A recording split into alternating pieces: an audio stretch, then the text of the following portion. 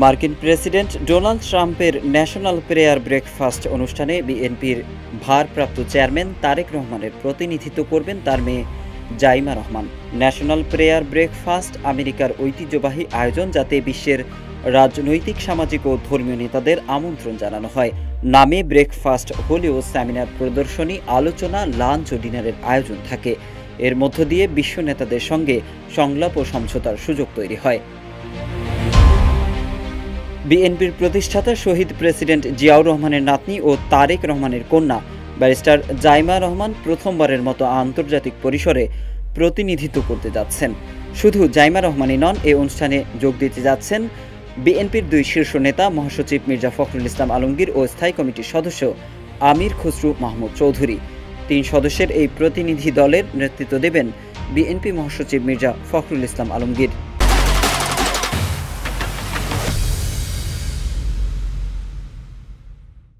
এদিকে বিমানবন্দরে সাংবাদিকদের এক প্রশ্নের জবাবে মির্জা ফখরুল ইসলাম আলমগীর বলেন, ন্যাশনাল প্রেয়ার ব্রেকফাস্টে তারা আমন্ত্রিত হয়েছেন। স্থায়ী কমিটির সদস্য আমির খসরু মাহমুদ চৌধুরী বলেন, লন্ডন থেকে যুক্তরাষ্ট্রে যাবেন বিএনপির ভারপ্রাপ্ত চেয়ারম্যান তারেক রহমানের মেয়ে ব্যারিস্টার জাইমা রহমান। তারেক রহমান যেতে পারছেন না, তাই তার প্রতিনিধিত্ব করবেন জাইমা রহমান, এমনটাই জানান তিনি।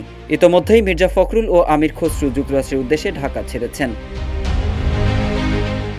আগামী ৫ ও ৬ ফেব্রুয়ারি যুক্তরাষ্ট্রের রাজধানী ওয়াশিংটন ডিসিতে অনুষ্ঠিত হবে national prayer breakfast.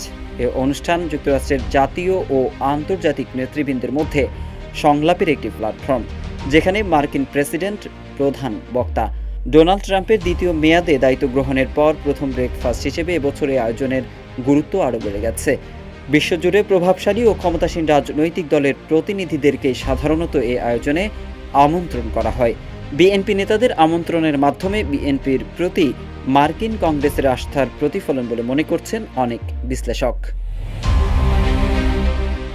National prayer ব্রেকফাস্টটা শুরু হয় ব্রেকফাস্টের মধ্য দিয়ে। কংগ্রেস সদস্য ও আমন্ত্রিত অতিথিরা একসঙ্গে পাউরুটি কেটে খান, এটাই এই অনুষ্ঠানের ঐতিহ্য।